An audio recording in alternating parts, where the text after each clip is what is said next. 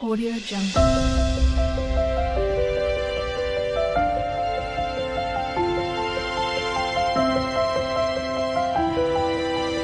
Audio Jungle. 16వ అధ్యాయము పండుగలు 16వ అధ్యాయం మొదటి నుంచి. అబీబు నెలలో ఆచరించి నీ దేవుడి యెహోవాకు పస్కా పండుగ ఆచరించవలను. 9వ వచనం. 7 వారాలు నువ్వు లెక్కింపవలను. పంట చేనికి పైన కొడవలు మొదట వేసింది మొదలుకొని 7 వారాలు లెక్కించి నీ దేవుడైన యెహోవాకు వారాల పండుగ ఆచరించుటకే నీ చేతనైనంత స్వేచ్ఛార్పణ అది సిద్ధపరచాలి. ఇది పెంతెకొస్తు పండుగ అంటారు, లేదంటే ప్రథమ ఫలాల పండుగ. 13వ వచనం. నీ కళ్ళంలోని ధాన్యమును నీ తొట్టులోని రసమును సమకూర్చినప్పుడు పర్ణశాలల పండుగను 7 దినములు ఆచరించవలను. పస్కా, ప్రథమ ఫలాల పండుగ, పర్ణశాల పండుగ, ఈ 3 పండుగలు లేవికాండ 23వ అధ్యాయంలో మనం చదివాం. అవునా? రైట్. అక్కడ 16వ వచనం చూడండి.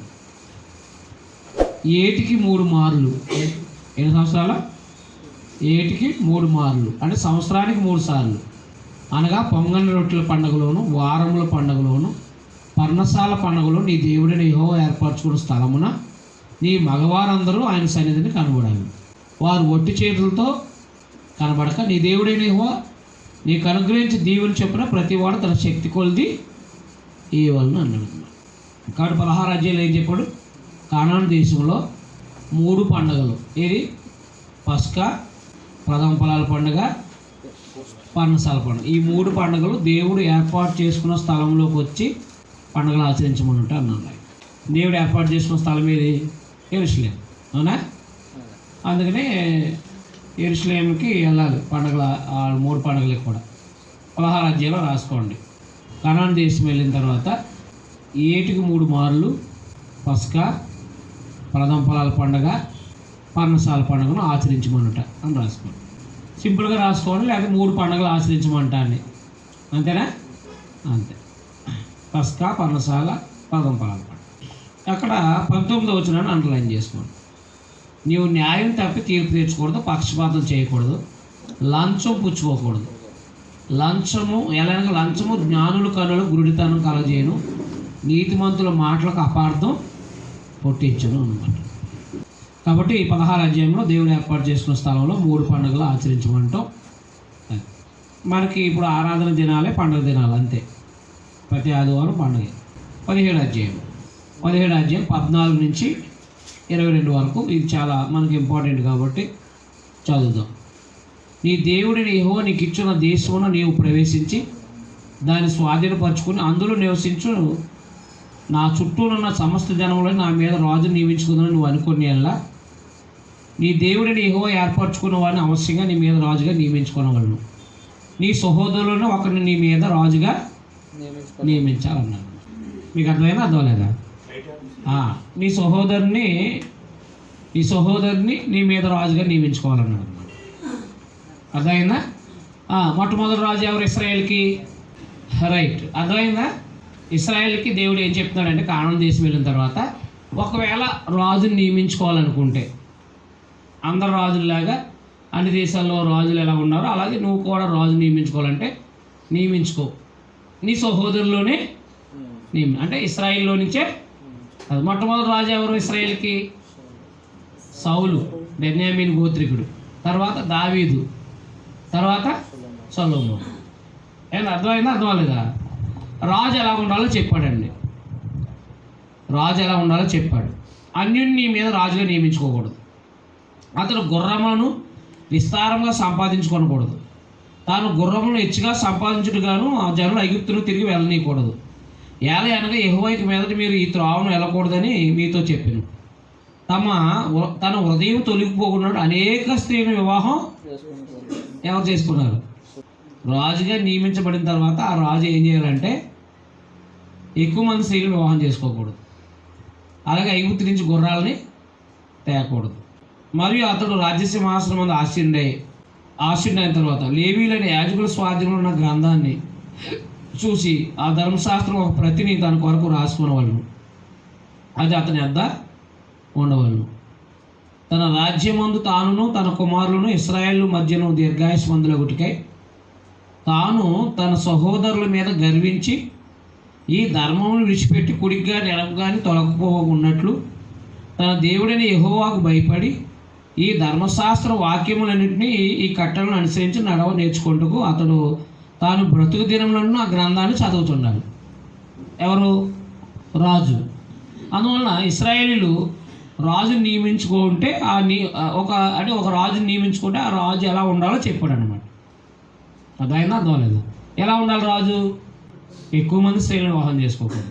వెండి అది మన ఐగుప్తుకి రథాలు కొనుక్కోవడానికి గుర్రాలు కొనుక్కోవడానికి పంపకూడదు. వెండి బంగారాలని విస్తారంగా సంపాదించుకోకూడదు. ధర్మశాస్త్ర గ్రంథాన్ని అతని దగ్గర పెట్టుకుని చదువుతూ ఉండాలి. ఇది ఒక రాజుకుండే క్వాలిటీ. ఒక దావీదు తప్ప మిగతా వాళ్ళందరూ ఎవరో ఈ ధర్మశాస్త్రం దగ్గర పెట్టుకుని పరిపాలించిన వాళ్ళు ఎవరో అదే. అందువల్ల అది కాబట్టి రాజుని కాబట్టి మీరు ఏం రాసుకుంటారంటే 17వ అధ్యాయంలో కనాన్ దేశం వెళ్ళిన తర్వాత రాజుని ఏర్పాటు చేసుకుంటే ఏర్పాటు చేసుకోవచ్చు. కనాన్ దేశం వెళ్ళిన తర్వాత రాజుని ఏర్పాటు చేసుకోవాలనుకుంటే కనుక నీ సహోదరుల నుంచే రాజుని ఏర్పాటు చేసుకోవచ్చు. తర్వాత 18వ అధ్యాయం యాజకులైన లేవీలకు అనగా లేవీ గోత్రీయులందరికీ ఇశ్రాయేలుతో పాలైన స్వాస్థ్యమైన ఉండదు. వారు యెహోవా హోమ ద్రవ్యములు తిందురు, అది వారు హక్కు. 10వ వచనం అంటే 19 నుంచి పారాగ్రాఫ్. నీ దేవుడు యెహోవా నీకు ఇచ్చిన దేశమును నీవు ప్రవేశించిన తర్వాత ఆ జనముల హేయ కృత్యాలు నువ్వు చేయ నేర్చుకోకూడదు. తన కుమారునైనను తన కుమార్తెనైనా అగ్నిగుండం దాటించువాడినైనను శకునం చెప్పు చోదిగానైనను మేఘశకునాలు కానీ సర్పశకునాలు కానీ చెప్పువాడినైనను చిల్లంగి వాడినైనా మాంత్రికునైనను ఇంద్రజాలకునైనను కర్ణపిశాచగల వాడినైనా దయ్యాల వద్ద విచారం చేయవాడినైనను మీ మధ్య ఉండనీయకూడదు. అది అందుకనే సౌలు ఇలాంటి వాళ్ళందరినీ తోలివేశాడు. ఇది మొట్టమొదటి రాజు అయిన అనమాట. కానీ కడాగారికి దేవుడు విడిచిపెట్టి అయితే మళ్ళీ చెల్లంగా ఆవిడ దగ్గరికి వెళ్ళి సొమయను రప్పించడానికి ప్రయత్నం చేశాడు. అందువల్ల మీరు ఏం రాసుకుంటారంటే 18వ అధ్యాయంలో ఏం రాసుకుంటారంటే లేవీలకు ఇశ్రాయేల్ యొక్క హోమద్రవ్యములే లేకపోతే యెహోవా యొక్క హోమద్రవ్యములే వారి ఆహారం. రెండవది అన్యజనుల ఆచారాలని ఆచరించకూడదు. అన్యజనుల ఆచారములను ఆచరించకూడదు. అన్యజనుల ఆచారాలు అందులో మీరు రాసుకోవచ్చు. అగ్నిగుండం బిడ్డలను చిన్నప్పుడు బలి ఇవ్వకూడదు. శకునాలు కానీ ఈ శకునాలు చెప్పించుకోకూడదు. చెప్పించుకోకూడదు. అదైనా దెయ్యాలు అది విచారణ చేయకూడదు అనమాట. 18వ వచనం అండర్లైన్ చేసుకోండి. యేసుప్రభు గురించి వారి సహోదరులోని నీ వంటి ప్రవక్తను వారి కొరకు పుట్టించేదను. అపోస్తలుల కార్యం 3:22 వచనంలో ఉంది. అంటే దేవుడు ఏమన్నాడు? నా వంటి అంటే ఇక్కడ మోషే ఏమన్నాడంటే నా వంటి ఒక ప్రవక్తను పుట్టిస్తాడు, ఆయన మాట వినకపోతే సర్వనాశనం అయిపోతారు అన్నాడు. అందువల్ల అపోస్తలుల కార్యం 3:22లో ఆ విషయం సందర్భం చెప్పడం జరిగింది. అది అండర్లైన్ చేయండి. తర్వాత 19వ అధ్యాయం ఆశ్రయపురాలు 2వ వచనం. 2వ వచనం ఏంటి? ఆశ్రయపురాలు. మనం ఆల్రెడీ అక్కడ చదువు సంఖ్యాకాండంలో 2వ వచనం. నీ దేవుడైన యెహోవా నీకు ఇచ్చిన దేశంలో 3 పురములను వేరుపరచవలను. ప్రతి నరహంతకుడు పారిపోయినట్లు నువ్వు త్రోవను ఏర్పరచుకుని నువ్వు స్వాధీనపరచుకున్న నీ దేవుడైన యెహోవా నీకు ఇచ్చిన దేశం యొక్క సరిహద్దుల్లో ఉన్న పురములను 3 భాగాలుగా చేయాలి. పారిపోయి బ్రతకాల నరహంతకుని గూర్చిన పద్ధతి ఏదనగా ఒకడు అంతకు ముందు తన పొరుగువాని మీద పగపట్టగా పొరపాటును వాడిని చంపినేలా అనగా ఒకడు చెట్టు నరుకుట తన పొరుగువానితో కూడా అడిగిపోయి చెట్లు నరుకుటకు తన చేతితో గొడ్డల దెబ్బ వేసినప్పుడు గొడ్డలు పిడి ఊడి వాడిని పొరుగువానికి తగిలి వాడు చనిపోయినలా వాడు అంతకుముందు తన పొరుగు అనేది పగపట్టలేదు కనుక వానికి మరణదండన విధి లేదు. అందుకే మీరు చెప్పాను కదా నిన్న, లారీ యాక్సిడెంట్ అయింది. ఏం చేస్తాడు లారీ వాడు? వెంటనే అక్కడ దిగి పోలీస్ స్టేషన్కి వెళ్ళిపోతాడు. ఎందుకంటే ఆ చనిపోయిన వాళ్ళు వచ్చి ఈ లారీ ఆయన్ని చంపకుండా ఉండటానికి ఈ పోలీస్ స్టేషన్ అనేవి ఏంటన్నమాట ఆశ్రయపురాలన్నమాట. అది దేవుడు 6 ఆశ్రయపురాలను ఏర్పాటు చేయమన్నాడు. కారణం యోర్దాను అవతల 3, యోర్దాను నది అవతల 3 అనమాట. అందుకని 19వ అధ్యాయంలో ఏం రాసుకుంటానంటే ఆశ్రయపురములు. దేవుడు కనాన్ దేశం వెళ్ళిన తర్వాత ఆశ్రయపురాలని ఏర్పాటు చేయమన్నట. దేవుడు కనాన్ దేశం వెళ్ళిన తర్వాత 6 ఆశ్రయపురాలను ఏర్పాటు చేయమన్నట. 6 ఆశ్రయపురాలని ఏర్పాటు చేయమన్నారు. అలాగే 19వ అధ్యాయంలో 21 వచనం చూడండి. కంటికి కన్ను పంటికి పన్ను అంటారు కదా మనకి. అది మనకి కాదు, క్రైస్తవులు కాదు, ఇశ్రాయేలుకి. 21 వచనం, నువ్వు ఎవరిని కటాక్షింపకూడదు. ప్రాణానికి ప్రాణం, కంటికి కన్ను, పంటికి పళ్ళు, చేతికి చెయ్యి, కాలు మీకు విధి అని. ఇప్పుడు ట్రై చేయకండి ఎలాగా. ఇది ఎవరికి? ధర్మశాస్త్రంలో ఉన్న ఇశ్రాయేలుకి ఇచ్చిన ధర్మశాస్త్రంలో. మనం ఒక చెంప మీద కొడితే 2 చెంపలు వాయించేట, ఒక చెంప మీద కొడితే మరొక చెంప తిప్పాలన్నమాట. గాంధీ గారికి కాదు ఇది, యేసు ప్రభు. ఏమంతేనా? రైట్. మనం ఏం చేస్తాం? ఒకటి అందుకుంటే 4 అందుకుంటాం. అలవాటు అయిపోయింది చిన్నప్పటి నుంచి కదా. అలవాటు మార్చుకోవాలి. అర్థమైంది కదా. 19వ అధ్యాయంలో ఆశ్రయపురాలు. ఓకేనా? రైట్. ఆశ్రయపురాలు మీరు ఇంటికాడ చదివితే ఆశ్రయపురాల గురించి డీటెయిల్స్ ఉంటుంది. ఇప్పుడు సేమ్ అలాగా ఉంటుంది అన్నమాట. 20వ అధ్యాయం యుద్ధ నియమాలు.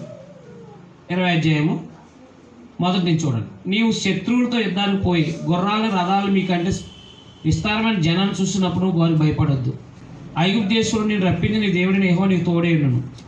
అంతేకాదు, మీరు యుద్ధానికి సమీపించినప్పుడు యాజకుడి దగ్గరికి వచ్చి ప్రజలతో ఇలా చెప్పాలి, ఇశ్రాయేలులారా వినండి, నేడు మీరు మీ శత్రువులతో యుద్ధం చేయటకు మీరు సమీపిస్తున్నారు. మీ హృదయములు జంకనీయకండి, భయపడకుడి, వనకకుడి, వారు ముఖం చూసి బెదరకుడి. మీ కొరకు మీ శత్రువులతో యుద్ధం చేసి మిమ్మల్ని రక్షించేవాడు మీ దేవుడైన. మరియు నాయకులు జనులతో చెప్పవలసింది ఏమనగా, కొత్త ఇల్లు కట్టుకున్నవాడు గృహప్రవేశం కాకమునిపై యుద్ధంలో చనిపోయిన ఎలా వేరొకడు దానిలో ప్రవేశించడానికి అట్టువాడు తన ఇంటికి తిరిగి వెళ్ళొచ్చు. ద్రాక్ష తోట వేసి దాని ఇండ్లు తన పండ్లు తినక ఒకడు యుద్ధంలో చనిపోయినాడు, వేరొకడు దాని పండ్లు తిన్ను అట్టువాడు తన ఇంటికి తిరిగి వెళ్ళొచ్చు. ఒకడు స్త్రీని ప్రదానం చేసుకుని ఆమెను ఇంకనూ పరిగ్రహింపకమునిపై యుద్ధంలో చనిపోయినా వేరొకడు ఆమె పరిగ్రహించను కనుక అట్టివాడును తన ఇంటికి తిరిగి వెళ్ళవచ్చు. నాయకులు జనంతో ఎవడు భయపడి మెత్తన గుండె వాళ్ళను వాడు అధైర్యపడిన రీతిగా తన సహోదరు గుండెలు అధైర్యపడుకున్నట్లు తన ఇంటికి తిరిగి వెళ్ళవచ్చునని చెప్పవాళ్ళు. నాయకులు జనులతో మాట్లాడటం చాలించిన తర్వాత జనులు నడిపించుటకు సేనాధిపతులను నియమించాలి. అర్థమైందా? కాబట్టి ఎవరు యుద్ధానికి వెళ్ళాలి, ఎవరు యుద్ధానికి వెళ్ళకూడదు. కొత్త ఇల్లు కట్టుకున్నవాడు వెళ్ళకూడదు. ద్రాక్ష తోట ఇస్తేనే తన పండ్లు తినలేనివాడు వెళ్ళకూడదు. స్త్రీ ప్రదానం చేసుకున్నవాడు యుద్ధంలో చేరకూడదు, ఆర్మీలోకి వెళ్ళకూడదు. పిరికి గుండు కలిగినవాడు వెళ్ళకూడదు. వీడు మహా డేంజరు. అర్థమైందా?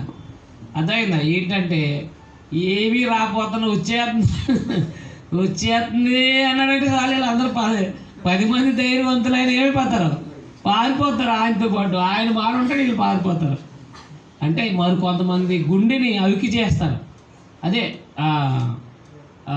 జంకనిస్తాడనమాట, భయపడు. అందుకే పిరికి వాళ్ళు కూడా పరలోకం వెళ్ళరు కదా. ప్రజ్ఞానం 21 అధ్యాయంలో చెప్పడు కదా, 8వ వచనంలో పిరికివారు అసలు క్రైస్తవుడు ధైర్యవంతుడు. క్రైస్తవుడు ఎవరో ధైర్యం ఉండాలి, పిరికితనం అనేది ఉండకూడదు అనమాట. కాబట్టి యుద్ధ నియమాలను రాసుకోండి. యుద్ధ నియమములు ఒకళ్ళతో యుద్ధం చేసేటప్పుడు కానాను దేశం వెళ్ళిన తర్వాత ఎలాగో యుద్ధం చేయాలి అని యుద్ధ నియమాలను రాసుకోండి. ఇశ్రాయేలీయుల యొక్క యుద్ధ నియమాలు అని రాసుకోండి. ఓ ప్రాంతం వెళ్ళినప్పుడు ఆ ప్రాంతంలో యుద్ధం చేసేటప్పుడు అక్కడున్న పండ్లు చెట్లు నరకూడదు. అవి తినొచ్చు కానీ పండ్లు చెట్లు నరకూడదు. అదైనా పాడు చేయకూడదు అనమాట. ఏం చేయాలంటే అక్కడికి వెళ్ళి అక్కడ ఒక గుడారాలు వేసుకోవచ్చు, వాళ్ళ నివాసాలు వేసుకోవచ్చు. ఒక దేశాన్ని యుద్ధం చేసేటప్పుడు అక్కడున్న చెట్లు పొలాలు తినొచ్చు కానీ వాటిని నరకకూడదు. మీకు అర్థం కదా. ఇలా ఎవరెవరు యుద్ధానికి వెళ్ళకూడదు, యుద్ధ నియమాలు ఏంటి అని చెప్పేసి ఇక్కడ చెప్పడం జరిగిందనమాట. 21వ అధ్యాయం.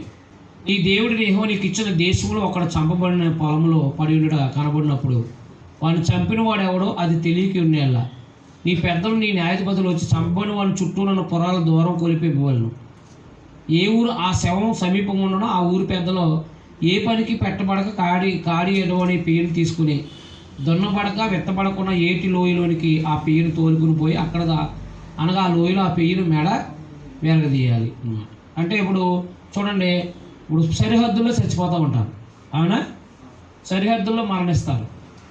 అప్పుడు కొలతలు వేసుకుంటారు. విఆర్ఓలు వీళ్ళు వచ్చి ఏం చేస్తారంటే ఏ ఊరికి దగ్గరగా చచ్చిపోయి ఇది ఏ మండలానికి వస్తుంది, ఆ మండలం పోలీసులు వెళ్తారనమాట. అర్థమైందా? కాబట్టి ఒకవేళ బార్డర్లో చచ్చిపోయాడు అనుకోండి, బార్డర్ అంటే ఆ మండలం ఈ మండలం మధ్యన బార్డర్ ఉంటాడు కదా, బార్డర్ ఉంటుంది, దాటి బార్డర్ లేదా జిల్లాల బార్డర్ ఉంటుంది. అప్పుడు ఏం చేస్తారంటే శవము ఎవరికి ఎక్కువ అంటే ఎక్కడ ఎక్కువ పడిందో కొలతేసి ఇది మీకే సంబంధించిందని ఇచ్చేస్తాం. అది ఈ రూల్స్ అన్నీ ఇక్కడ నేర్చుకుని మట్టి బుర్రలు ఏ లేవు. మన దేశంలో బుర్రలు కాదు, ఎవరిది ఇది? దేవుని జ్ఞానం. ఆ జ్ఞానం అంటే లా లా లా అంటూ ఉంటారు. సెక్షన్లు ఇట్టారు అంతే. ఏంటవి? సెక్షన్ 123 లేకపోతే 7-8 ప్రకారం, లేకపోతే 13 ప్రకారం, 14 ప్రకారం ఇలా సెక్షన్లు పెట్టుకున్నారు ఏ నియమాలకి. లేదా మర్చిపోతారు కదా ఎలా అంటే ఒక చంపబడిన వాళ్ళు కూర్చున్న విధి అని రాసుకోండి. ఒకడు చంపబడిన వాళ్ళు కూర్చున్న విధి, ఒకరిని చంపబడిన వాళ్ళు కూర్చున్న విధి. ఆ ఊరి పెద్దలు ఏం చేయాలంటే ఏ శవం అంటే ఎవరో తెలియదు, ఎవరు చంపేయడో తెలియదు. కాబట్టి ఆ శవం ఎవరి దగ్గరికి ఎవరి సమీపాన్ని ఉందో ఆ ఊరి పెద్దలందరూ కూడా ఓ పెయ్య అంటే ఒక దూడని తీసుకెళ్ళి దాన్ని మెడదీయాలన్నమాట, లోయలోకి తీసుకెళ్ళి. మాకు ఈ హత్యకి మాకు సంబంధం లేదన్నమాట. ఎందుకో తెలుసా అండి? రక్తము, నిర్దోషుల రక్తం ఏ ఊరిలో చిందించబడిందో ఆ ఊరు నాశనం అయిపోతుంది. ఇప్పుడు క్రైస్తవులు చంపారనుకోండి, ఏ భూకంపం వచ్చింది అనుకోండి, అక్కడ ఏమైపోయినట్టు, అంతే కదా. అందుకని పరిశుద్ధులు రక్తం చిందించారా శిక్ష ఉంటుందన్నమాట. ఆ శవం అంటే ఆ మరణం ఆ ఊరు వాళ్ళ మీదకి రాకుండా ఉండటానికి ఈ పెయ్యి అని విడిచిపెట్టి అది బెడ వెలుదీయమని చెప్పాడు అనమాట. 22వ వచనాన్ని అండర్లైన్ చేసుకోండి. కారణం ఏంటంటే యేసుప్రభువు వారు మ్రాను మీద వేలాడబడతారు. మరణ శిక్షకు తగిన పాపం ఒకటి చేయగా అతను చంపి మ్రాను మీద వేలాడదీసిన అతని శవం రాత్రి వేళ ఆ మ్రాను మీద నిలవకూడదు. వేలాడదీయబడిన వాడు దేవునికి శాపగ్రస్తుడు గనక నీ దేవుడిని యెహోవా స్వాస్థ్యం నీకు ఇచ్చిన దేశం నీవు అపవిత్రపరచుకున్నట్లు అగత్యంగా ఆ దినమున వాడిని పాతిపెట్టాలి. అది గలతీపత్రిక 3:14 చెప్పాడు అనమాట. గలతీపత్రిక 3:14వ వచనంలో ఈ విషయాన్ని చెప్పాడు. వేలాడదీయబడిన వాడు దేవునికి శాపగ్రస్తుడు. యేసుక్రీస్తు వారు మన కోసం శాపం అయ్యాడు. ఆ ధర్మశాస్త్ర సంబంధమైన శాపం నుంచి విడిపించడానికి ఆయన మ్రాను మీద సిలువేయబడ్డాడు. అందుకే ఆ రోజు వెంటనే ఆ రోజునే ఆయన్ని సమాధిలో పెట్టేశారు. ఎవరిని? ప్రభు అయిన యేసుక్రీస్తు వారిని. అది అందువల్ల 22వ అధ్యాయం 22వ అధ్యాయంలో ప్రధానాన్ని గురించి అన్నమాట. ఎక్కువ శాతం ప్రధానాన్ని గురించి రాయబడింది. ఇక్కడ 23వ వచనము 25వ వచనము అండర్లైన్ చేసుకోండి. తర్వాత 12వ వచనం. ఒకడు స్త్రీని పెళ్లి చేసుకుని ఆమెను కూడిన తర్వాత ఆమెను వల్లక ఆ మీద అవమాన క్రియ మోపి ఆమె చెడ్డదాన్ని ప్రచురపరిచి ఈ స్త్రీని నేను పరిగ్రహించి ఈమె దగ్గరకు వచ్చినప్పుడు ఈమె ఎందుకు కన్యాత్వం నాకు కనబడలేదని చెప్పిన ఆ చిన్నదాని తల్లిదండ్రుల ద్వారం ముందు ఆ ఊరి పెద్దలు ఎదుగు ఆ చిన్నదాని కన్యాత్వ లక్షణాలు తీసుకుని రావాలి. అప్పుడు ఆ చిన్నదాని తండ్రి నా కుమార్తె ఈ మనుషులు పెళ్లి చేయగా ఇదిగో ఇతడు ఇలాగా కుమార్తె ఎందుకు కన్యాత్వం నాకు కనబడలేదని అవమాన క్రియలు చేసిందని ఆమె మీద నింద మోపారు.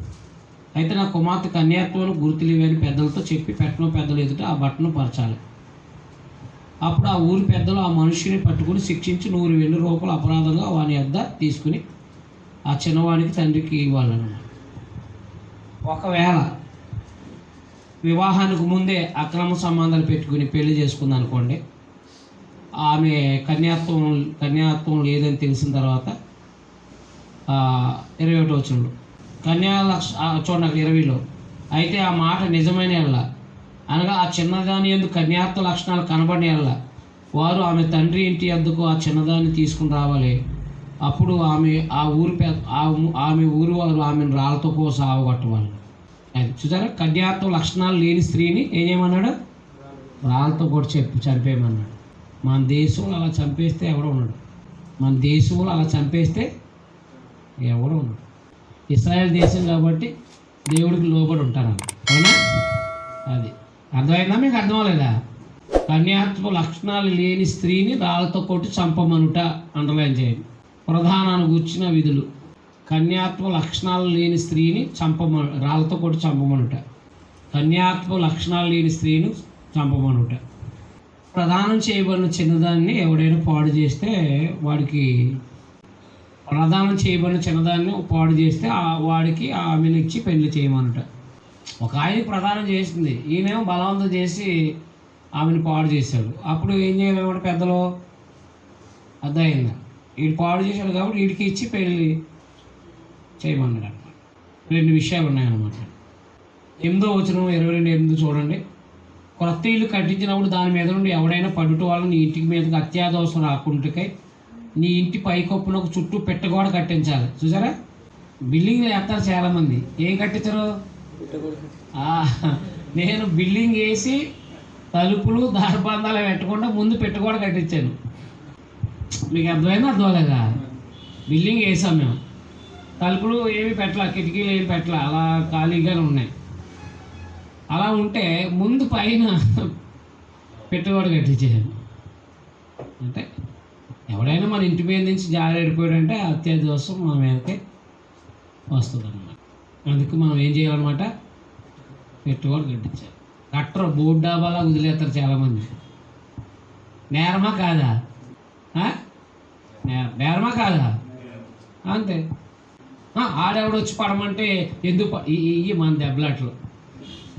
ఆడ ఆ బిల్డింగ్ ఎదిగి ఎక్కాలి, నా బిల్డింగ్ మీదకి ఎదిగెక్కి ఆడుకోవాలి, పడిపోవాలి. నేను మన అన్ని దెబ్బలాట్లు భలే ఉంటాయి కదన్నా, కదా? మన అన్నీ చాలా బాగుంటాయి దెబ్బలాట్లు. Rules and regulation line దెబ్బలాట్లు.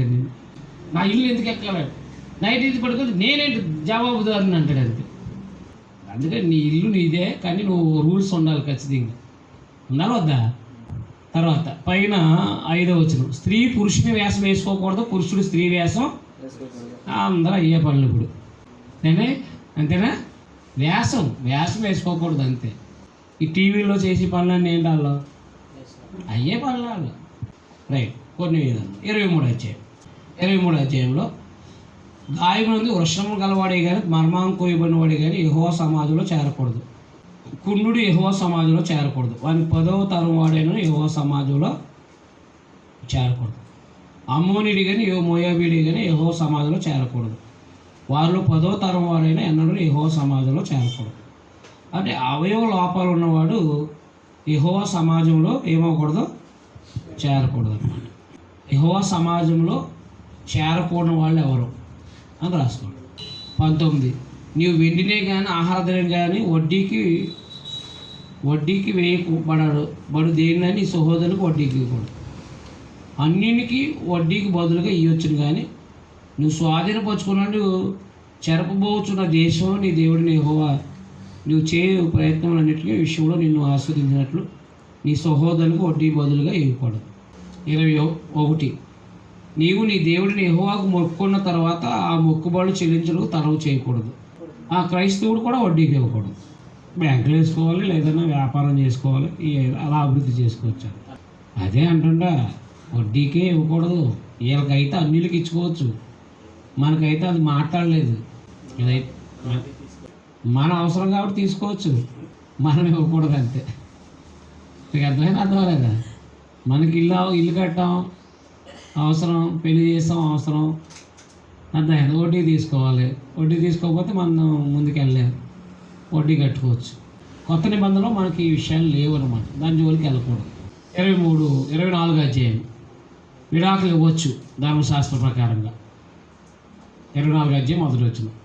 ఒకడు స్త్రీని పరిగ్రహించి ఆమెను పెళ్లి చేసుకున్న తర్వాత ఆమె యందు మానభంగా చూసిన ఏదో ఒకటి అతను కనబడినందున ఆమె మీద అతనికి ఇష్టం తప్పిన యెడల అతను ఆమెకు ప్రత్యేక పత్రం రాయించి ఆమె చేతికిచ్చి తన ఇంటి నుండి ఆమెను పంపేయాలి. విడాకులు ధర్మశాస్త్ర ప్రకారం ఏమవచ్చు? విడాకులు అవ్వచ్చు. మత్తయి సువార్త 19వ అధ్యాయం. కొత్త నిబంధన ప్రకారంగా విడాకులు ఇవ్వకూడదు. విడాకులు ఇస్తే పెళ్లి చేసుకోకూడదు. అయ్యి బాబోయ్ నాయన పెళ్ళి ఎందుకు నాయన ఇంకా అన్నారు ఎవరో శిష్యులు. ఎందుకు నాయనకి పెళ్లి చేసుకోవడమే మంచిది కాదు నాయన, పెళ్లి చేసుకోకపోవడమే ఈ మధ్యలో ఏదైనా ఒకవేళ ఇవ్వాల్సి వస్తే ఎక్కడ పరిస్థితి మా పరిస్థితి ఏంటి నాయన అని చెప్పేసి ఈ అన్నారు. ఒకసారి 19 అధ్యాయానికి మత్తయి సువార్త. అందుకే చెప్పాను, మత్తయి సువార్త చెప్పాలంటే మనకి 5 పుస్తకాలు అవగాహన ఉండాలి. ధర్మశాస్త్ర ప్రకారం విడాకులు ఇచ్చి వివాహం చేసుకోవచ్చు. ఎందుకు చేసుకోమని చెప్పాడో దేవుడు అక్కడ చెప్తున్నాడు, అది తెలుసుకోవాలన్నమాట. ఆ పరిచయాలు శోధించాలని నేను అడ్డుకు వచ్చి ఏ కారణం చేతైనా భార్యను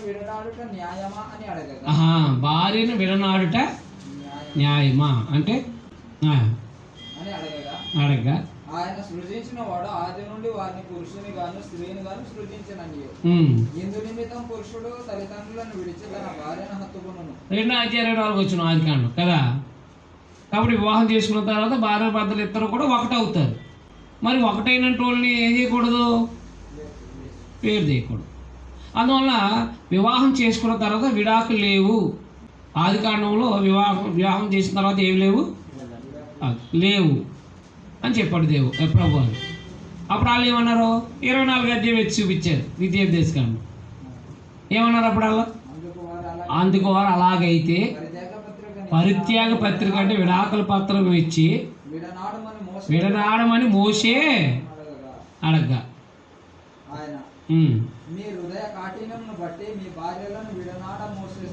అది ఏ హృదయ కాఠిన్యం, మీ హృదయ కాఠిన్యాన్ని బట్టి ఆయన ఏం చేశాడు, సెలవిచ్చాను. కానీ ఆది నుండి అంటే దేవుని సంకల్పంలో విడాకులు లేవు. ఇప్పుడు ప్రభు చెప్పాడు చూడండి, సరే విడాకులు ఇచ్చావు, పెళ్లి చేసుకున్నావు, వ్యభిచారం అన్నాడు అంతే. మరియు వ్యభిచారం నిమిత్తమే తప్ప భార్యను విడనాడి మరొకతను పెళ్లి చేసుకున్నవాడు వ్యభిచారం చేయుచున్నాడని, విడనాడబడిన దాన్ని పెళ్లి చేసుకున్నవాడు వ్యభిచారం చేయుచున్నాడని మీతో చెప్పుచున్నాను అన్నారు. ఆయన శిష్యులు ఏమన్నారు చూడండి, భార్య భర్తలకు సంబంధం ఇట్టిదైతే, అయ్యి బాబోయ్ భార్య భర్తలకు ఉండే సంబంధం ఇదా, పెళ్లి చేసుకున్నట యుక్తం కదా. ఏమన్నారు అలా, పెళ్లి చేసుకోవడం మంచిది కాదు ప్రభు అన్నారండి. చూసారా, అర్థమైందా? అదే ధర్మశాస్త్ర ప్రకారం అయితే ఇష్టం లేదు, విడాకులు వెళ్ళిపో అని చెప్పేయచ్చు, అంతే కదా. ఈజీగా ఓ పత్రం ఇచ్చి పంపించేయచ్చు. కొత్త నిబంధనలు అది లేదు. అది ఆయన అంటే భార్య బ్రతుకుండగా భర్త బ్రతుకుండగా మరో వివాహం చేసుకుంటే అది వ్యభిచారము అన్నాడు అన్నమాట. జాగ్రత్తగానండి, అర్థమైందా? అది ప్రభు బోధ, నాది కాదు. ధర్మశాస్త్రంలో అయితే విడాకులు ఇవ్వచ్చు, కొత్త నిబంధనలు అయితే విడాకులు ఒకవేళ ఇస్తే మరొక వివాహం చేసుకోవడానికి లేదన్నమాట. అది అందుకే అయ్యి బాబు అలా అయితే భార్య భర్తలకి సంబంధం ఇటుదైతే వివాహం చేసుకోవడం యుక్తం కాదు ప్రభు అన్నాడు. అది వివాహం చేసుకున్న తర్వాత ఆమె విడిచిపెట్టి వేరే వ్యక్తికి వెళ్ళిపోతే ఏదైనా వ్యభిచారమే కదా. ఆకు వచ్చి ముళ్ళు మీద పడినా, ముళ్ళు వచ్చి ఆకు మీద పడినా, ముళ్ళు మగోడు, ఆకు ఆడావిడ, ఏది ఎక్కడికి వెళ్ళినా ప్రమాదమే, అంతే. అలాగా పురుషుడు విడిచిపెట్టి భార్య చేసుకున్న, భార్య విడిచిపెట్టి పురుషుడు, వివాహం అయిపోయిందండి భార్య భర్తలు, అవునా? ఇద్దరు నిబంధన చేసుకున్నారు కదా ప్రమాణాలు. ఈ ప్రమాణాలు చచ్చిపోయేదాకా అలా నిలబడి ఉంటాయి.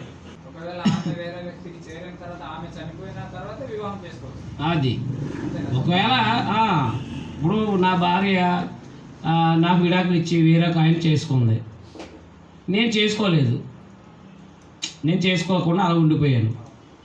నా భార్య చనిపోయిందని తెలిసింది, ఇది వేరే ఆయన్ని వివాహం చేసుకుని ఏదో కారణం అనారోగ్యాల చేత చచ్చిపోయిందని తెలిసింది.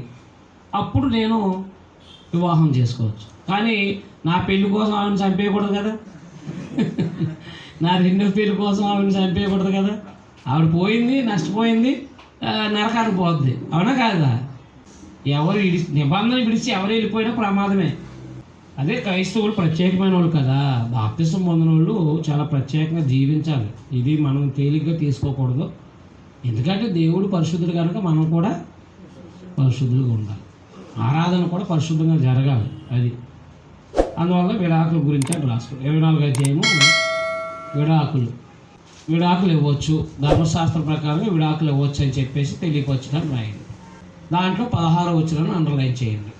కుమారులు దోషాన్ని బట్టి తండ్రులకు మరణశిక్ష విధించకూడదు, తండ్రుల దోషాన్ని బట్టి కుమారునికి మరణశిక్ష విధించకూడదు. ఎవని పాపు నిమిత్తం వాడే మరణశిక్ష నొందును. 20వ వచనంలో నీ ఒలివ పండ్లు ఏరినప్పుడు నీ వెనుకున్న పరిగిని ఏరుకోకూడదు, అది పరదేశపు తండ్రి లేని వరకు విధానానికి ఉండాలి. అదైనా మన చేలో పంట పండించుకున్న తర్వాత అది పరిగి ఏరుకోకూడదు, అది ఎవరికి వదిలేయాలి? తండ్రి లేని వారికి, పరదేశీకి వదిలేయాలి.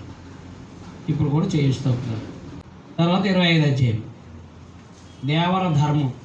దేవర ధర్మం అంటే 25వ అధ్యాయము 5వ వచనం. సహోదరులు కూడి నివసిస్తుండగా వారిలో ఒకడు సంతానం లేక చనిపోయిన వారి భార్య అన్యుని పెళ్లి చేసుకోకూడదు. ఆమె పెనిమిటి సహోదరుడు ఆమె అద్దకు పోయి ఆమెకు పెళ్లి చేసుకుని తన సహోదరికి మారుగా ఆమె ఎడల భర్త ధర్మం జరపాలి. దాన్ని ఏమన్నాడు 7వ వచనం లాస్ట్లో? దేవర ధర్మము చేయనని తెలుపుకోవాలి. దేవర ధర్మం గురించి అన్నమాట. అంటే ఉదాహరణకి ఒక ముగ్గురు అన్నదమ్ములు ఉన్నారు. పెద్దోడు వివాహం చేసుకున్నాడు, పెద్దోడు చనిపోయాడు.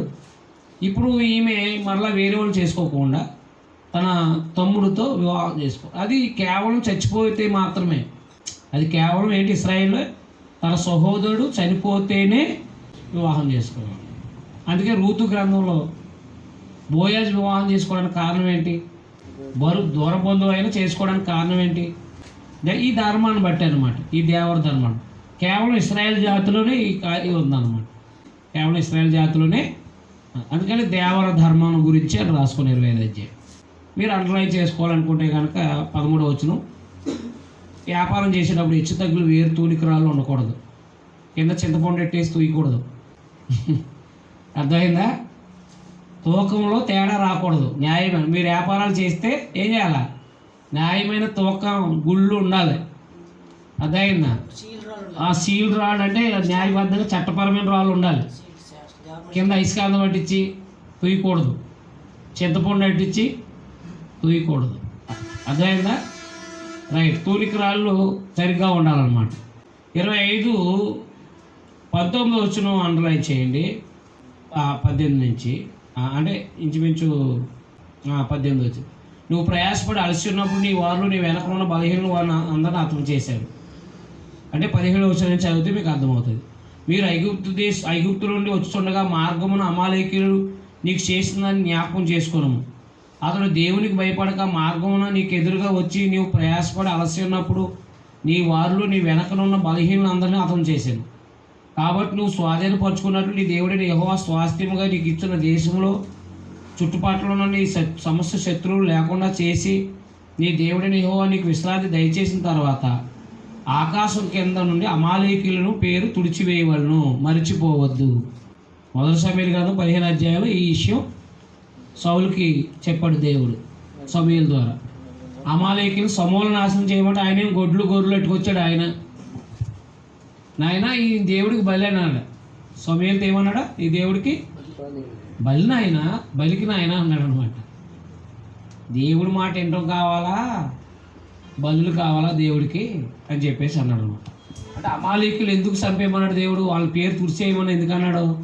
వాళ్ళు అలసిపోయినప్పుడు వెనక నుంచి వచ్చి బలహీనులు అందరినీ చంపేశారు, యుద్ధ నియమం మీరారు. ఇశ్రాయేలీలు ఐగుప్తు నుంచి వస్తున్నప్పుడు వాళ్ళ యుద్ధ నియమాన్ని మీరారు. యుద్ధానికి ఒక నియమం ఉంటుంది. ఉదయం ఇన్ని గంటలకి, సాయంకాలం 5 గంటలకి 6 గంటలు 5 గంటలు క్లోజ్ చేసేయాలని ఉంటుంది. ఆ యుద్ధ నియమాన్ని మీరారు అనమాట వీళ్ళు. ఎవరు? అమాలేకీయులు. అది అందుకు వాళ్ళు తుడిచేయమన్నాడు అనమాట. చూడండి 26వ అధ్యాయం. 25వ అధ్యాయులు ఏమి రాసుకుంటారు? దేవర ధర్మం. అంతే, సరిపోద్ది మీకు. ఎన్నో నియమాలు ఉన్నా మీరు చదువుకుంటే సరిపోద్ది. 26వ అధ్యాయంలో 26వ అధ్యాయం మొదలు వచనం. నీ దేవుడిని యెహోవా నీకు స్వాస్థ్యంగా ఇచ్చుతున్న దేశానికి నువ్వు వచ్చి దాన్ని స్వాధీనపరుచుకొని దానిలో నివసించినప్పుడు నీ దేవుడైన యెహోవా నీకు ఇచ్చిన నీ భూమిలో నుండి నువ్వు కూర్చుకొని భూఫలములన్నింటిలోను ప్రథమ ఫలములను తీసుకొని గంపలో ఉంచి నీ దేవుడిని యెహోవా తన నామమునకు మందిరమును ఏర్పరచుకున్న స్థలానికి వెళ్ళి ఆ దినములో నుండి యాజకుని ఎద్దకు పోయి యెహోవా మన పితలకు ఇచ్చిన ప్రమాణం చేసిన దేశానికి నేను వచ్చి ఉన్నాను సంగతి నేను నీ దేవుడిని యెహోవా సన్నిధిని ఒప్పుకుంటున్నానని అతను చెప్పవలను. డైరెక్ట్ 12వ వచనం అండర్లైన్ చేయండి, సరిపోతుంది, ఏం అవసరం లేదు. 10వ భాగం ఇచ్చే సంవత్సరమున అనగా 3వ సంవత్సరాన నీ వచ్చుబడిలో 10వ వంతు చెల్లించి అది లేవీలకు పరదేశుకు తండ్రి వారికి విధవరాళ్ళకి ఇవ్వలను. అది రాసుకోండి, సరిపోతుంది. 10వ భాగం ఇచ్చు సంవత్సరం 10వ భాగం ఇవ్వాలని చెప్పేసి చెప్పడం జరిగింది. తర్వాత 27వ అధ్యాయం. మోషే ఇశ్రాయేలు పెద్దలు ప్రజలతో ఎట్లండి, నేడు నేను మీకు విధిస్తున్న ధర్మమును మీరు ఆచరించాలి. మీ దేవుడిని యెహోవా మీకు ఇచ్చిన దేశం ప్రవేశించడం మీరు యొర్దాను దాటి దినమున మీరు పెద్ద రాళ్లను నిలబెట్టి వాటి మీద సున్నం పూసి నీ పితల దేవుడిని యెహోవా నీతో చెప్పినట్టు నీవు నీ దేవుడిని యెహోవా నీకు ఇచ్చిన పాలు తేలు ప్రపంచ దేశమున ప్రవేశించుటకు నువ్వు ఏరు దాటిన తర్వాత ఈ ధర్మశాస్త్ర వాక్యాలన్నింటి వాటి మీద వ్రాయవలను. కానాను దేశం వెళ్ళిన తర్వాత ఒక పెద్ద రాడికి సున్నం పూసి 10 ఆజ్ఞలు రాయమంట రాయండి, సరిపోదు.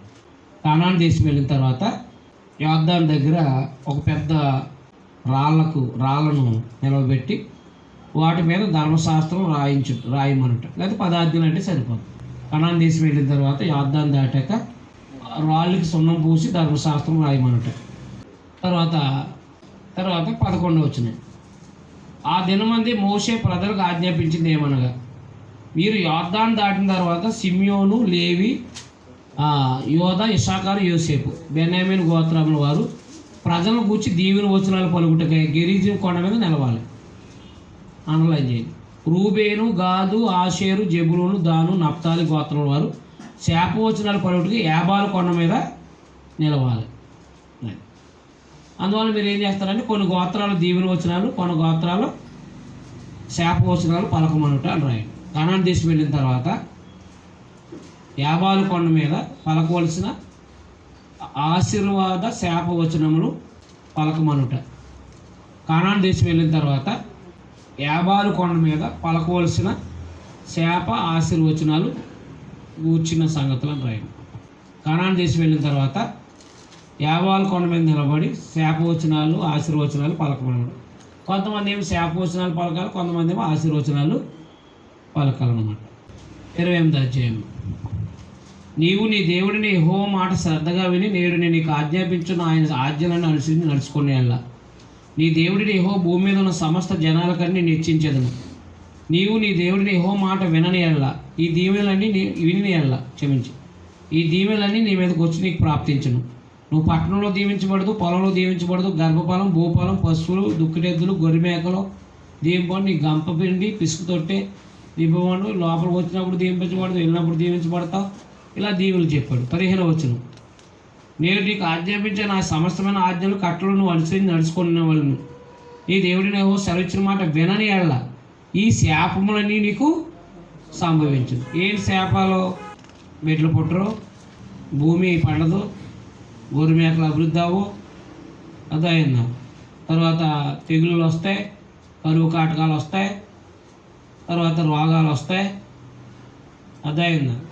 తర్వాత చీకట్లో తలబడతావు, ప్రదానం చేసుకుంటావు కానీ వేరొకటి దాన్ని కూడు, ఇల్లు కడతావు కానీ అందులో ఉండవు, ద్రాక్ష తోట నాడతావు కానీ తినవు, అదైందా. ఇలా తర్వాత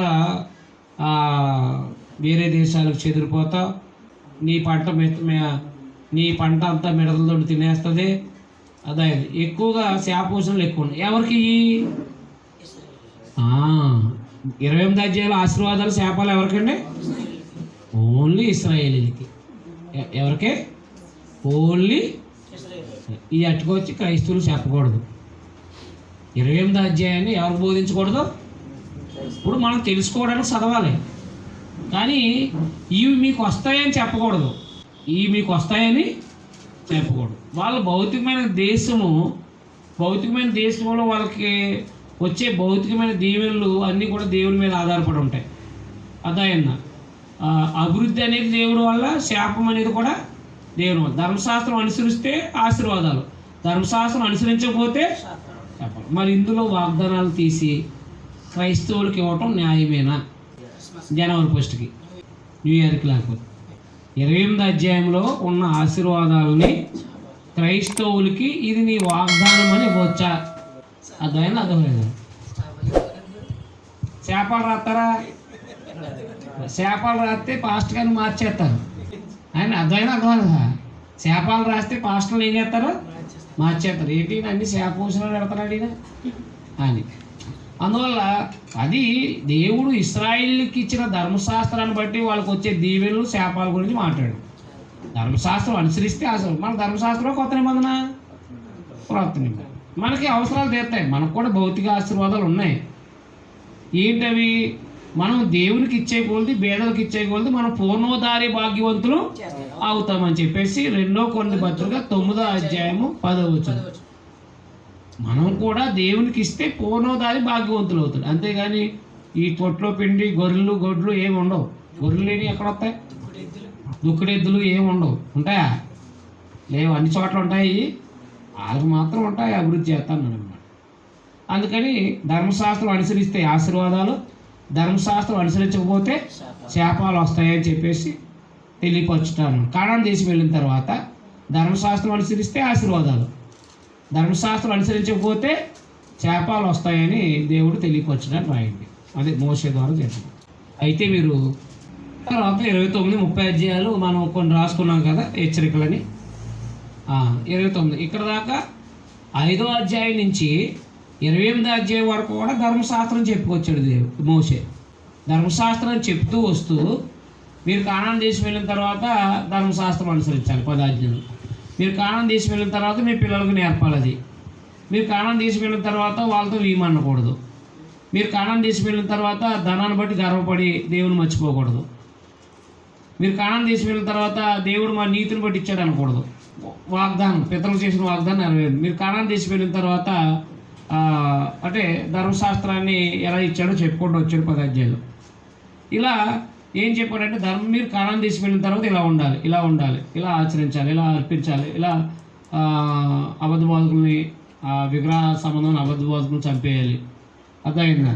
అలాగే భోజన పానీయాల విషయాలు, పండుగలు, అలాగే నియామకాలు, ఇవన్నీ టోటల్గా విడాకులు, ఇవన్నీ ధర్మశాస్త్రం ఆచరించాలని చెప్పాడు అన్నమాట. టోటల్గా అర్థమైనా అర్థమలేదా? ఇప్పుడు ఆచరిస్తే ఆశీర్వాదాలు, ఆచరించకపోతే అంటే 27 దాకా ఆశీర్వాదాలు శాపాలు, అంటే ఆ 27 దాకా ధర్మశాస్త్రాన్ని వివరించి మీరు కానాను దేశం వెళ్ళిన తర్వాత ఇలా ఉండాలని చెప్పి, ఒకవేళ మీరు ధర్మశాస్త్రం అనుసరించకపోతే కనుక శాపాలు వస్తాయని చెప్పాను. 29వ అధ్యాయం 10వ వచనం. నీ దేవుడిని యెహోవా నీతో చెప్పిన ప్రకారం గాను నీ పితరులైన అబ్రాహాము, ఇస్సాకు, యాకోబులతో ప్రమాణం చేసిన ప్రకారంగా నేడు నిన్ను తనకు స్వజనంగా నియమించుకుని తానే దేవుడు అయినట్టు నీ దేవుడిని యెహోవా నేడు నీకు నియమించుచున్న నీ దేవుడిని యెహోవా నిబంధనలో ఆయన ప్రమాణం చేసిన దానిలోను నువ్వు పాలు పొందుటకే ఇశ్రాయేలులో ప్రతివాడు అనగా మీలో ముఖ్యుడు, మీ గోత్రాల వారి పెద్దలేమి, మీ నాయకులు, మీ పిల్లలే, మీ భార్యలేమి, నీ పాలెంలో ఉన్న పరదేశులు, నీ కట్టెలను నరుకువారు మొదలుకొని నీ నీళ్లు తోడువారు వరకు మీరు అందరూ నేడు మీ దేవుడిని యెహోవా సన్నిధి నిలిచి ఉన్నారు. నేను మీతో మాత్రం కాదు, ఇక్కడ మనతో కూడా ఉండి నేడు మన దేవుడిని యెహోవా సన్నిధి నిలుచున్న వారితోనూ ఇక్కడ నేడు మనతో కూడా ఉండుడని వారితోనూ ఈ నిబంధన ప్రమాణం చేయుచున్నాను. ఈ నిబంధనను ప్రమాణం చేయొచ్చు. మనం ఐగుప్తు దేశం ముందు ఎట్లు నివసించమో మీరు దాన్ని వచ్చిన జనుల మధ్య నుండి మనం ఎట్లు దాటి వచ్చేదమో మీరు ఎరుగుతారు. అర్థమైందా? రైట్. తర్వాత అంటే ఏం చెప్పాడంటే 29లో ఒకసారి 20 వచనంలో ఈ గ్రంథములో వ్రాయబడిన శాపలన్నీ వానికి తగులును, యెహోవా అతని పేరు ఆకాశ కింద ఉన్న కూడా తుడిచివేయను. 23 వారు యెహోవా కోపోద్రేకం చేత నశింపజేసి సొదొమ గొమొర్రా ఆత్మ సెబోయిం వలె సమస్తము దేశమును బంధకములతో అప్పు చేత చెడిపోయి విత్తపడక దానిని ఏది బుట్టక దానిలో ఏ కూర మొలక ఉండడు చూసి యెహోవా దేన్ని బట్టి దేశాన్ని ఎట్లు చేసినో ఈ మహాకోపాగ్ని ఏతువేమో అని చెప్పుకొందురు. మరియు వారి పితరుల దేవుడిని యెహోవా ఐగుప్తు దేశంలో ఉన్న వారిని రప్పించిన తర్వాత ఆయన తమతో చేసిన నిబంధన వారు నిరాకరించిరి. తాము ఎరగిన అన్ని దేవతలను ఆయన వారికి నియమింపని దేవతలు పూజించి వారికి నమస్కరించిరి. కనుక ఈ గ్రంథంలో రాయబడిన శాపాలన్నీ ఈ దేశంలో తెప్పించుటకు దాని మీద యెహోవా కోపం రగులుకున్నాను అన్నాడు. అంటే ఏంటి, మీరు ఒకవేళ ధర్మశాస్త్రం అనుసరించకపోతే నేనేం చేస్తానన్నాడు దేవుడు. ఏమన్నాడు, ఒకవేళ ధర్మశాస్త్రం అనుసరించకపోతే శాపాలన్నీ రప్పిస్తాను. అప్పుడు అన్నీ ఏం చెప్పుకుంటారు, వాళ్ళు దేవుడని యెహోవా ధర్మశాస్త్రం వినలేదు కాబట్టి దేవుడు వాళ్ళని నాశనం చేస్తాడు అని చెప్పుకుంటారని ముందే చెప్తున్నాడు దేవుడు మోసే ద్వారా. అదైనా అదనమాట. 29వ అధ్యాయంలో ఏం రాసుకుంటారంటే, కానాను దేశం వెళ్ళిన తర్వాత విగ్రహారాధన జరిగిస్తే దేవుడు శాపాలన్నీ తీసుకొస్తాడు, అన్యులు హేళన చేస్తారు. కానాను దేశం వెళ్ళిన తర్వాత విగ్రహారాధన జరిగిస్తే దేవుడు శాపగ్రస్తులుగా చేస్తాడు, అన్యులు దాని గూర్చి ఏళన చేస్తారని చెప్పుట. 29వ వచనం అండర్లైన్ చేసుకోండి. రహస్యములు మన దేవుడైన యెహోవా చెందును. అయితే మనం ఈ ధర్మశాస్త్ర వాక్యాలన్నింటినీ నడుచుకున్నట్లు బయలుపరచబడినవి ఎల్లప్పుడూ మనవి, మన సంతతి వారి అని చెప్పుదాం. అంటే దేవుడు చెప్పిన మట్టుకు మాత్రమే బతకాలి, అంతేకాని దేవుడు చెప్పలేని గురించి తెలుసుకోవడానికి ప్రయత్నం చేయకూడదు. రహస్యములు ఎవరి వశం అంట, దేవుని వశం. 30వ అధ్యాయం ఏది, మనకు కూడా కొత్త నిబంధనలు ఏం చెప్పాడో అదే చేయాలి. ఇక కొత్త అంటే ఇక దేవుడు చెప్పలేని వెతకడానికి ప్రయత్నం చేయకూడదు అన్నమాట. 30వ అధ్యాయము 15వ వచనం అండర్లైన్ చేసుకోండి సరిపోదు. 3వ వచనము ఒకటి అండర్లైన్ చేయండి. చూడుము, నేడు నేను జీవమును మేలును మరణము కీడును ఎదుట ఉంచున్నాను. అంటే ఇప్పుడు ఏం చెప్తున్నాను అనమాట. 30వ అధ్యాయం 3వ వచనం కూడా చదవండి. నీ దేవుడిని యెహోవా చెరలోనికి మిమ్మల్ని తిరిగి రప్పించును, ఆయన మిమ్మల్ని కరుణించి నీ దేవుడైన యెహోవా ప్రజల్లో మిమ్మల్ని చెదరగొట్టును, వారిలోనూ మిమ్మల్ని సమకూర్చి రప్పించును. అంటే ధర్మశాస్త్రాన్ని మీరి వేరే దేశంలో చెదిరిపోయిన తర్వాత మారు మనసు పొందితే మళ్ళా దేవుడు తిరిగి రప్పిస్తారని వాగ్దానం చేయటం. అందుకే మరి యూదులు యెరూషలేములోకి, అదే యెరూషలేం ప్రజలు బబులోను చెరకి వెళ్ళిపోయారు. వారు 70 సంవత్సరాల తర్వాత దేవుడు తిరిగి తీసుకొచ్చాడా, తీసుకురాలేదా? అలాగ ముందే చెప్పాడు అనమాట 30వ అధ్యాయంలో. ఒకవేళ మీరు ధర్మశాస్త్రం మీరితే నేను మిమ్మల్ని వేరే దేశంలోకి అప్పచెప్తాను. ఒకవేళ అక్కడ మీరు మారు మనసు పొందితే మళ్ళీ తిరిగి మీ స్వదేశానికి రప్పిస్తారని చెప్పాడు అనమాట.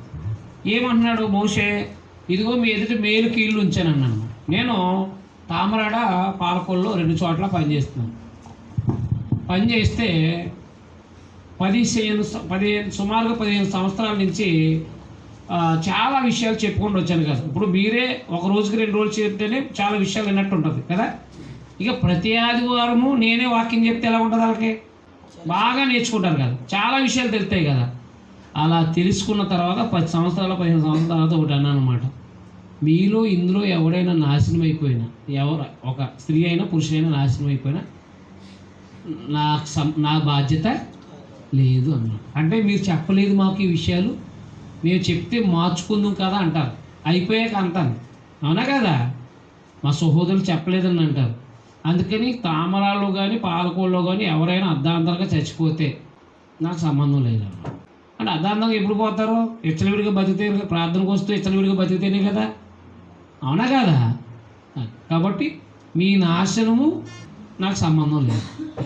నేను మీకు ఏమేమి చెప్పాలో అన్ని విషయాలు వివరంగా చెప్తున్నాను, చెప్పినవి మళ్ళీ జ్ఞాపకం చేస్తూ వస్తున్నాను. కాబట్టి ఎవరైనా ఇన్ని సంగతులు విని నాశనం అయిపోతే అప్పుడు నేనేమంటాను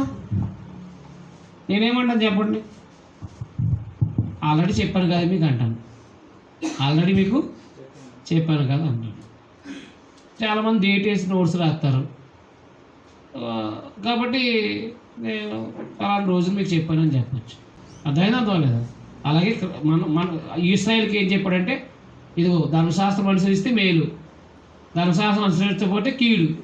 మేలు కీడు ఎదుటి ఉందని మీరు ఏం కావాలో కోరుకోండి అన్నాడండి. స్వతంత్రత ఇచ్చేసాడు. నేను అర్థమైనా అర్థమలేదా. అందుకని 30వ అధ్యాయంలో వేరే దేశం వెళ్ళినప్పుడు మారు మనసు పొందితే దేవుడు తిరిగి తీసుకొస్తానని తెలియపరచుట. రెండవది మేలు కీడులు మీదుట ఉంచినని తెలియపరచుట. వేరే దేశానికి చెరకెళ్తే అక్కడ మారు మనసు పొందితే దేవుడు తిరిగి తీసుకొస్తానని వాగ్దానం చేయుట మొదటిది. వేరే దేశానికి వెళ్తే, అది చెరకెళ్తే మారు మనసు పొందినప్పుడు తిరిగి తీసుకొస్తానని తెలియపరచుట. అది ఏ దేశంలోకి వెళ్ళి తీసుకొస్తానన్నాడు అన్నమాట. అదే మారుమనసు పొందినప్పుడు చెరలో ఎంత భయంకరమైన దేశంలో ఉన్నా, ఎంత కఠోరమైన అసలు అది మేము పంపమన్న దేశం నుంచి అయినా ఇడిపెట్టారు. అది మారుమనసు పొందకపోతే ఇంక విడుదల చేయడు. రెండో విషయం, మేలు కీడులు మీ ఎదుట ఉంచి ఉన్నాను. జీవం మేలు, జీవం మేలు, జీవము కీడు మీ ఎదుట ఉంచి ఉన్నాను. మీరు ఏం కోరుకుంటారో అది మీకే అని తెలియపరచట మోషే తెలియపరచాడు. ఏదైనా ఒక యథార్థమానంగా బోధించేవాడు ఏం కోరుకుంటాడంటే, నేను మీకు అన్ని విషయాలు వివరంగా చెప్తున్నాను, మీ ఇష్టం, బ్రతికితే నిత్య జీవం, బతకపోతే నిత్య నరకం అని చెప్పేసి ఉన్నాను. మనం కూడా అలాంటి ప్రసంగాలు తెలుస్తూ ఉంటాం. చాలామంది చెప్తూ ఉంటాను, అలా కాదని ఇలా అని. వినరు. వినకపోతే అనుభవించిన తర్వాత అంటారు, మీరు చెప్పారు కానీ చేయలేదని అని చెప్పేసి. అది మీ కర్మ, మేము ఏం చేయలేను అంటారు. దేవుడు మన సంగతులు తెలియపరచడం మార్చుకోవాలా వద్దా? తెలియని వాళ్ళకి తెలియదు కాబట్టి వాళ్ళకి తెలియదు, చేస్తారు. తెలుసున్న వాళ్ళు మార్చుకోవాలా వద్దా? రాజ్యం అంటే సంఘం, రాజ్యం అంటే సంఘం అంటే పరలోక అక్కడ కాదు. అదే మీకు కొత్త సోదరు చెప్తే చాలా మటుకు అర్థమైపోతుంది. పరలోక రాజ్యం అంటే పరలోక పరిపాలన అర్థం. పరలోక పరిపాలన ఎప్పుడు స్టార్ట్ అయింది? అపోస్తలుల 2వ అధ్యాయంలో. ఇప్పుడు అపోస్తలుల పరలోక పరిపాలన స్టార్ట్ అయింది కాబట్టి ఆ పరలోక పరిపాలనలో ప్రభు భోజనం తీసుకున్నప్పుడు ప్రభు కూడా ఉంటాడు కాబట్టి మీతో కూడా ద్రాక్షరసం తాగను అని చెప్పారు అనమాట. అప్పుడు అదైందా?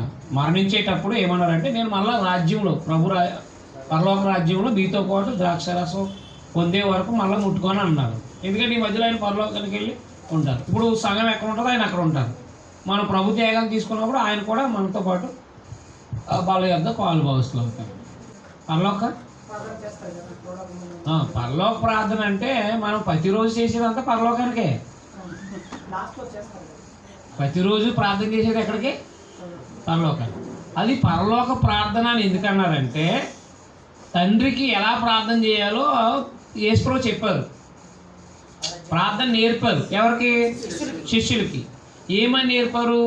అక్కడ అవసరాలు బట్టి నాయన నీ రాజ్యం వచ్చును గాక అని అన్నారు. ఇప్పుడు పెళ్ళికి వెళ్తున్నాం, పెళ్లి సంబంధం కుదరడానికి వెళ్తున్నాం. నాయన సంబంధం కుదిరిలా సాయం చేయమని అడిగాం, కుదిరిపోయింది. మళ్ళీ రెండోసారి ఏమని ప్రార్థన? పెళ్ళి బాగా జరిగేలాగా అంట. అవునా? మళ్ళా పెళ్లి సంబంధం కుదిరిచినాయంటమా? అలాగే నీ రాజ్యం వచ్చి కాకంటే ఆయన రాజ్యం అపోస్తలుల 2వ అధ్యాయంలో వచ్చింది కదా. మరి ఆయన పరిపాలన వచ్చిన తర్వాత మళ్ళీ మనం ఆ పరలోకంలో ఉన్న ప్రార్థన కంట చేసి చేయకూడదు అన్నమాట. ప్రతిసారి అది అవసరం లేదన్నమాట. దాన్ని ఏం చేశారంటే ఏదో మంత్రంలాగా చెప్పిస్తున్నారు అంతే. అంతేనా? అలా కాదు. మనము సమయ సందర్భాలను బట్టి ప్రార్థనలు మార్చమా? అవసరాన్ని బట్టి మార్చి మాట్లాడగలం. కానీ క్రమం అదే. పరలోకంలో తండ్రి నాయన ఇదిగో మేము ఇలా ఉండాలి, ఇలా మా అవసరాలు తీర్చండి అని చెప్పి యేసుప్రభు నామంలో అడుగుతున్నాం తండ్రి అంటాం. అవసరాన్ని బట్టి చేయాలి తప్ప మత్తమాను నీ రాజ్యం వచ్చి కాక అంటే ఒకటి ఆల్రెడీ వచ్చింది కదా. మీకు మత్తయి సువార్తలో అర్థమవుతుంది. చాలా డౌట్లు తీరితే దయచేసి ఒక్క నెల ఆగండి, అంతేనా? వరుసగా వస్తాయి. ఏదైనా ప్రతి వర్డ్ మీకు ఏది డౌట్ ఉన్నా నన్ను అడగవచ్చు. నేను వివరంగా వెళ్ళాకే అప్పుడు వెళ్తాను. ఇది చరిత్ర కాబట్టి, ఇశ్రాయేల్కి ఇచ్చిన ధర్మశాస్త్రం కాబట్టి జస్ట్ మీకు అది పరిచయం చేస్తున్నాను మత్తయి సువార్త అర్థం అవటానికి అన్నమాట. రైట్. తర్వాత 31వ అధ్యాయంలో తన తర్వాత నాయకుడు ఎవరు? ఆయన బలపరిచాడు అనమాట. 7వ వచనం. మరియు మోషే యెహోషువను పిలిచి, నువ్వు నిబ్బరం కలిగి ధైర్యంగా ఉండము. యెహోవా ప్రజలకు ఇచ్చుటకు వారి పితరులతో ప్రమాణం చేసిన దేశానికి నువ్వు వీరితో కూడా పోయి దాన్ని స్వాధీనపరచవలను. నీ ముందర నడిచేవాడు యెహోవా, ఆయన నీకు తోడైనను. ఆయన నిన్ను విడివాడు, నిన్ను ఎన్నడను ఎడబాయాడు. భయపడకు, విస్మయమందుకు ఇశ్రాయేలు అందరితో ఎదుట అతనితో చెప్పాను. అంటే మోషే తర్వాత నాయకుడు ఎవరు? యెహోషువ. కాబట్టి యెహోషువని మోషే బలపరచుట అని రాయండి. యెహోషువ అని మోషే తన తర్వాత నాయకుడైన యెహోషువను బలపరచుట. మీరు ఆ అధ్యాయం అంతా చదివితే అదే ఉంటుంది. చదువుకొస్తే జస్ట్ మీకు డైరెక్ట్ వచనం చూపించేశారనమాట. మీకు అర్థమైందా? పైనుంచి చెప్పుకొస్తాడో మీకు డైరెక్ట్ వచనం చూపించేశాను. అది అండర్లైన్ చేసుకుని రాసుకోండి. మోషే తన తర్వాత నాయకుడైనటువంటి వాడిని బలపరచుట అన్నాడు. బలపరచాలి కదా మరి. తర్వాత పౌలు గారు బలపరచాలి తిమోతిని. నేను మంచి పోరాటం నాకు పరువు తదుముట్టించని వెళ్తున్నాను, నువ్వు నీ తర్వాత బోధని నమ్మకం సామర్థ్యం గల వాళ్ళకి అప్పగించమని. మరి ఆయన బలపరచాడా లేదా? తర్వాత 32 అధ్యాయం ఈ 31, 30 వచ్చిన అండర్లైన్ చేయండి. కీర్తన అన్నమాట ఇది, మోషే పాడిన కీర్తన. 30 వచ్చిన చూడండి ఒకసారి. అప్పుడు మోషే ఇశ్రాయేలు సర్వసమాజం యొక్క వినికిడిలో ఈ కీర్తన మాటలు శాంతముగా పలికెను. కాబట్టి మోషే పాడిన కీర్తన అని రాసుకోండి. 32 మోషే పాడిన కీర్తన. 32 ఈ కీర్తనలో మామూలుగా ఆయన యొక్క ఔన్నత్యాన్ని ఆ పరిస్థితుల గురించి మాట్లాడతాడు అన్నమాట. అంటే 3వ వచనం అండర్లైన్ చేసుకోండి.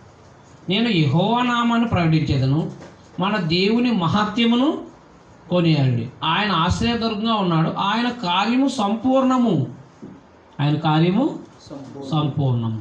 43వ వచనాన్ని అండర్లైన్ చేయండి కీర్తనలో. జనములారా ఆయన ప్రజలతో కూడా ఆనందించండి, అతులైన తన సేవకులను బట్టి ఆయన ప్రతిదండన చేయను, తన విరోధులకు ప్రతీకారం చేయను, తన దేశం నిమిత్తం తన ప్రజల నిమిత్తం ప్రాయశ్చిత్తం చేయను.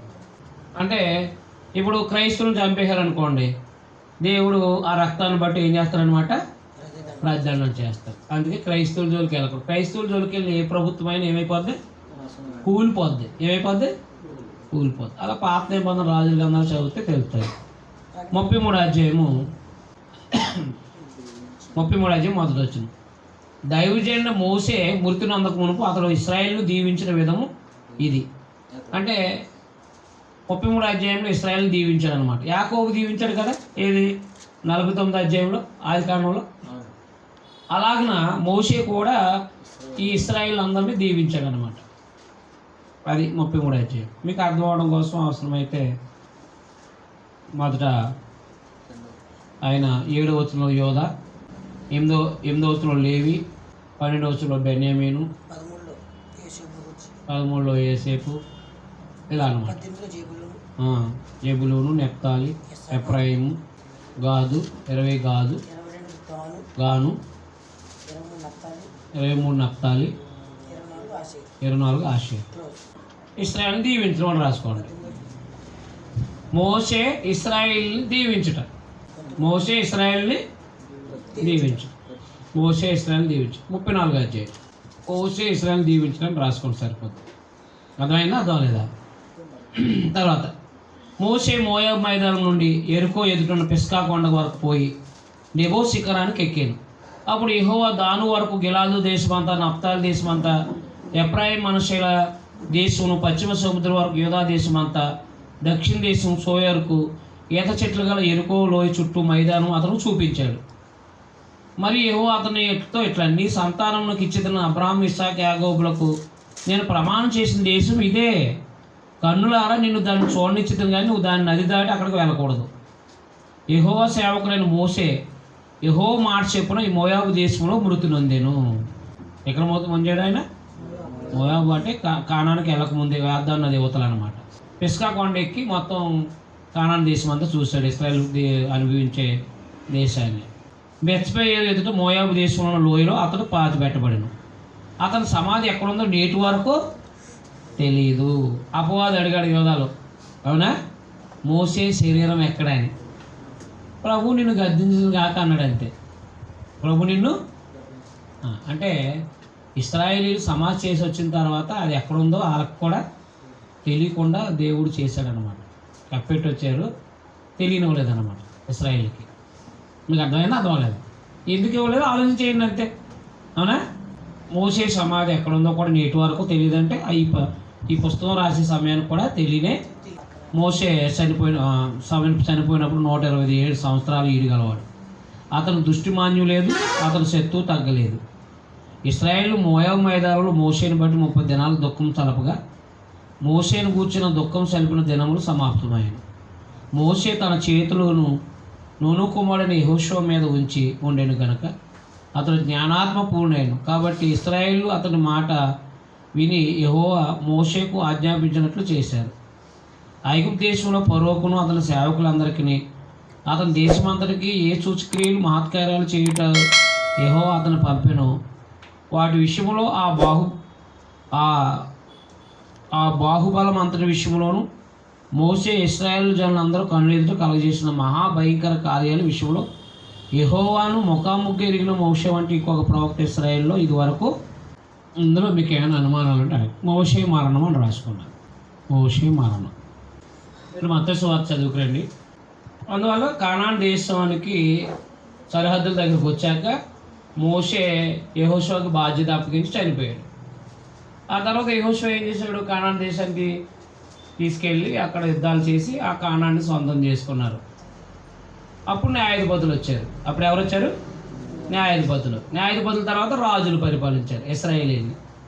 సొలొమోను కాలంలోకి వచ్చేటప్పటికి 2 రాజ్యాలు అయిపోయినాయి. 10 గోత్రాలు 2 గోత్రాలు. 10 గోత్రాలు ఏమో అశ్షూరు చెరకి వెళ్ళిపోయినాయి, 2 గోత్రాలు ఏమో బబులోను చెరకి వెళ్ళిపోయాయి. బబులోను చెరకి వెళ్ళిన వాళ్ళు తిరిగి వచ్చారు, యెరూషలేములో ఉన్నారు. అదైంది, అది ముగించబడిపోయింది అన్నమాట చరిత్ర. అలాగే అయితే రాజు కావాలని అడిగారు కదా. ఏది? మొదటి సమూయేలు గ్రంథం 8వ అధ్యాయంలో రాజు కావాలి మాకు అని అడిగారు. సమూయేలు ఏమన్నాడు? దేవుడు పరిపాలన అంటే మానవ రాజును కోరుకుంటున్నారు ఏంటంటే, సరే నన్నే విసర్జించారు, నువ్వు వాళ్ళు చెప్పినట్టుగా మానవ రాజుని ఏమన్నారు. ఈ మానవ రాజులు ఏం చేశారంటే తమ ఇష్టం వచ్చినట్టు బతికారు. కొంతమంది బతికారు. ఈ మానవ రాజుల వల్ల ప్రజలు నలిగిపోయారు. ప్రజలు ఏమైపోయారు? పాడైపోయారు. రాజు పాడైపోయాడు, ప్రజలు పాడైపోయారు. అప్పుడు యేసుప్రభువుని గురించి వాగ్దానం చేశారు. అర్థమైందా? మెస్సియా రాబోతున్నాడు అంటే మెస్సియా రాబోతున్నాడు. ఆయన పరిపాలన న్యాయం నీతిగా ఉంటుంది. ఆయన పరిపాలనలో తోడేలు గొర్రెపిల్ల కలిసి మేస్తాయని యెషయా గ్రంథంలోను, అలాగే ఆయన పరిపాలన నీతి కలిగి ఉంటుందని, దావీదు సంతలో వస్తాడని, ఇలా ఈ మానవ రాజుల పరిపాలనలో రాజులు పాడైపోయిన టైంలో ప్రవక్తలు వచ్చి ఏం చేశారంటే, మీ పాపాన్ని బట్టి మీరు శిక్ష అనిపిస్తారు, అయితే మెస్సియా రాబోతున్నాడు, అలాగే దేవుడి సేవకుడని రాబోతున్నాడు, ఆయన మనందరి కోసం మరణిస్తాడు, తిరిగి లేపబడతాడు, ఆయన ద్వారా అన్ని జనులు కూడా రక్షణ పొందుతారని చెప్పేసి ఆయా ప్రవక్తల గ్రంథాలలో చెప్పడం జరిగిందనమాట. అదైందా? అప్పుడు ఈ ఇశ్రాయేలీలు ఎవరి కోసం ఎదురు చూస్తున్నారు? మెస్సియా కొరకు. అంటే నిజాన్ని చెప్పుకోవాలంటే దావీదు సంతతిలో పుట్టబోయే రాజు కోసం చూస్తున్నారు. అవునా కాదా? రాజు కోసం చూస్తుంటే అప్పుడు మీరు ఈ సిలువేసిన యేసునే దేవుడు ప్రభువుగా క్రీస్తుగా నియమించాడు. అపోస్తలులు 8:36 చెప్పాడు అనమాట. అప్పుడు మత్తయి సువార్త నుంచి ఏం చెప్తాడంటే, ఏ వాగ్దానంలో చేయబడ్డాడంటే ఆయన కన్యకకు వాగ్దానం చేయబడ్డాడు. కాబట్టి దావీదు సంతతిలో నుంచి వచ్చే మెస్సయ్య కన్యకకు వాగ్దానం చేయబడ్డాడు. ఇదిగో మరియమ్మకు పుట్టిన యేసే మెస్సయ్య అని చెప్తాడనమాట మత్తయి గారు. అర్థమైందా? ఇదిగో లేఖనాల ప్రకారంగా ఆయన జన్మించినప్పుడు సున్నతి పొందబడింది అని చెప్తారనమాట. ఇలా లేఖనాల ప్రకారంగా ఆయన దేవుని రాజ్య సువార్త ప్రారంభించారు. లేఖనాల ప్రకారంగా ఆయన అద్భుతాల మహత్కార్యాలు చేశారు. లేఖనాల ప్రకారంగా ఆయన మరణించారు. లేఖనాల ప్రకారంగా ఆయన చనిపోయారు, సమాధి చేయబడ్డారు, తిరిగి లేపబడ్డారు అని ఆయన వివరించుకుంటూ వస్తారు. అయితే అది మనం బాగా చదివితే బాగుంటుంది, చాలా బాగుంటుంది. మత్తయి సువార్త అర్థమైందంటే మీకు యేసుప్రభు గురించి చాలా మటుకి అర్థమైపోద్దండి. మీ అందరికి వందనాలు. ఇంతవరకు ఈ అవకాశం ఇచ్చిన సహోదరులకి, ఇక్కడున్న స్థానిక సంఘానికి, సోదరులకు ప్రత్యేకంగా తెలియజేస్తూ ముగిస్తాను.